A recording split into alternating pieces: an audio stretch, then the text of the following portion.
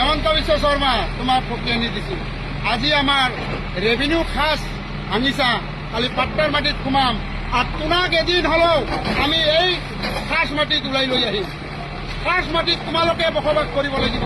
তোৰ 14 কৰিয়ে খাচ মাটিত বসবাস কৰিব। এতিয়াৰ পৰা আমি এটাই ধ্বনি দিম, নাৰে তাকবীৰ, আল্লাহু আকবাৰ, নাৰে তাকবীৰ। আল্লাহু আকবার। আমি মাটি বাড়ি সব বিক্রি করি এদিন কামাই রোজি রোজগার করি আমি পাট্টার মাটি কিনি লম।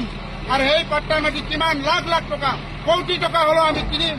কিনি লৈ কেনে তোমাক তোমাৰ ঘৰ পৰ্যন্ত আমি কিনি লম। তাৰপিছত তোমাক পাট্টাৰ মাটি এৰাই খাচ মাটিত বসবাস কৰিবলৈ আমি বাধ্য কৰাম। তেতিয়া চাম আপোনালোকৰ কি। আজি হয়তো মই মৰি যাম, মোৰ ল'ৰা ছোৱালীয়ে মোৰ নাতি পুতি হলেও তোমাক খাচ মাটিত ব্যৱহাৰ কৰিব দিব। ইয়াৰ কাৰণে আমি বাধ্য হ'ম, আমি বাধ্যতা কৰিম। আৰু জিআই প্ৰশাসন লগাই দি আমাৰ যিটো অত্যাচাৰ কৰি আছা, সৰু সৰু ল'ৰা ছোৱালী মাকৰ গাখীৰ খায়, নান্দৰ কুঁৱাৰ পানী দমকল গোটেইখিনি ভাঙি দি আছে, পানী খোৱা পৰ্যন্ত আপোনালোকে ব্যৱস্থা কৰি দিছে। পানী না যাতে খাব নোৱাৰে, মৰি যায় মানুহে। এইখিনিয়ে ক'লো।